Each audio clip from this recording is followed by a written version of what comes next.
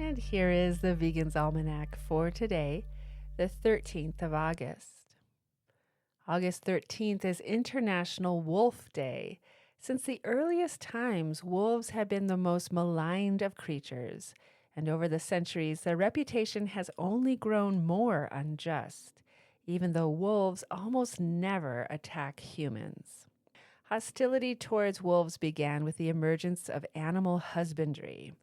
As human populations grew, wolves lost their prey animals and turned to livestock. Hunters and farmers exterminated them, and they almost became extinct in Europe and the United States. Wolves help shape the very landscapes they roam in. In Yellowstone National Park, the reintroduction of wolves in the 1990s created a ripple effect that restored balance to the ecosystem. Elk populations, once unchecked, stabilized, allowing vegetation to regrow, rivers to reestablish their paths, and biodiversity to flourish. This is wolf conservation in action. There are two main species of wolves, the red wolf and the gray wolf. Gray wolves are the most common, found across North America, Europe, and Asia, with up to 38 different subspecies. These include the white Arctic wolf, Mexican wolf, and Himalayan wolf. Unfortunately, there are fewer than 20 red wolves left in the wild, and approximately 270 in captive breeding facilities across the U.S. This species is critically endangered, with their tiny wild population concentrated in a peninsula of North Carolina. Wolves are incredibly social animals who live in tight-knit packs, usually made up of family members, with the average pack size between 2 and 8 wolves, and large packs having up to 30.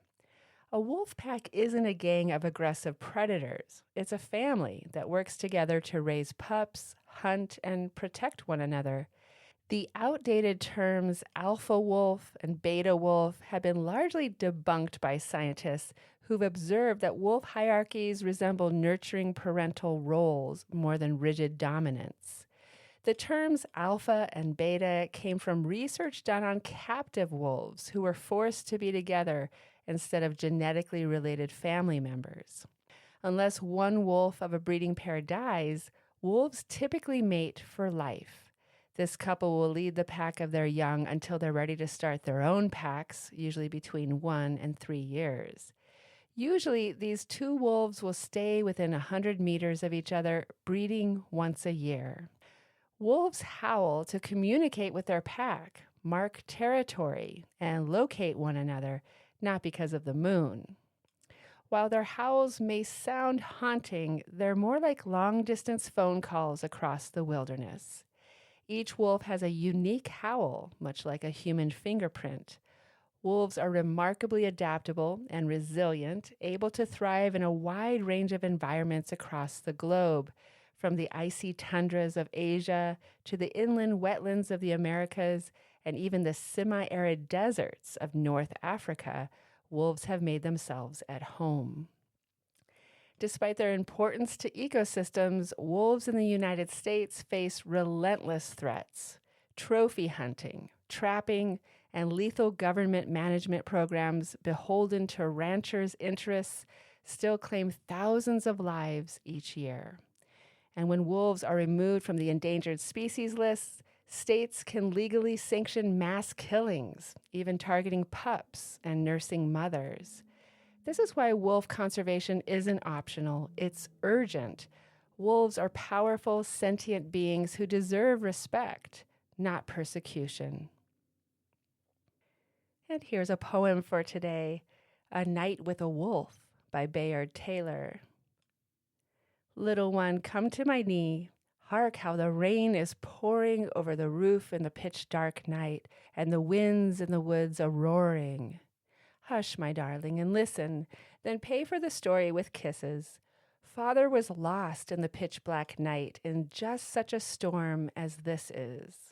High on the lonely mountain where the wild men watched and waited, wolves in the forest and bears in the bush, and I on my path belated, The rain and the night together came down, and the wind came after, bending the props of the pine tree roof and snapping many a rafter. I crept along in the darkness, stunned and bruised and blinded, crept to a fir with thick-set boughs and a sheltering rock behind it. There from the blowing and raining, crouching, I sought to hide me.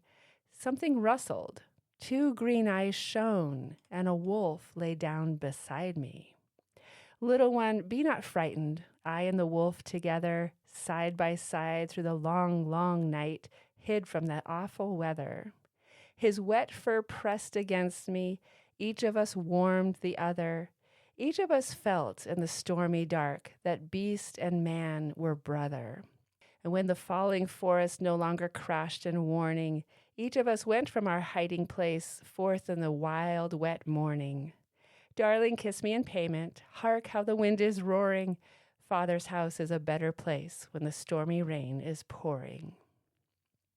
A Night with a Wolf by Bayard Taylor. This has been the Vegan's Almanac with the reminder that our ecosystems don't need cattle ranches. They need wolves.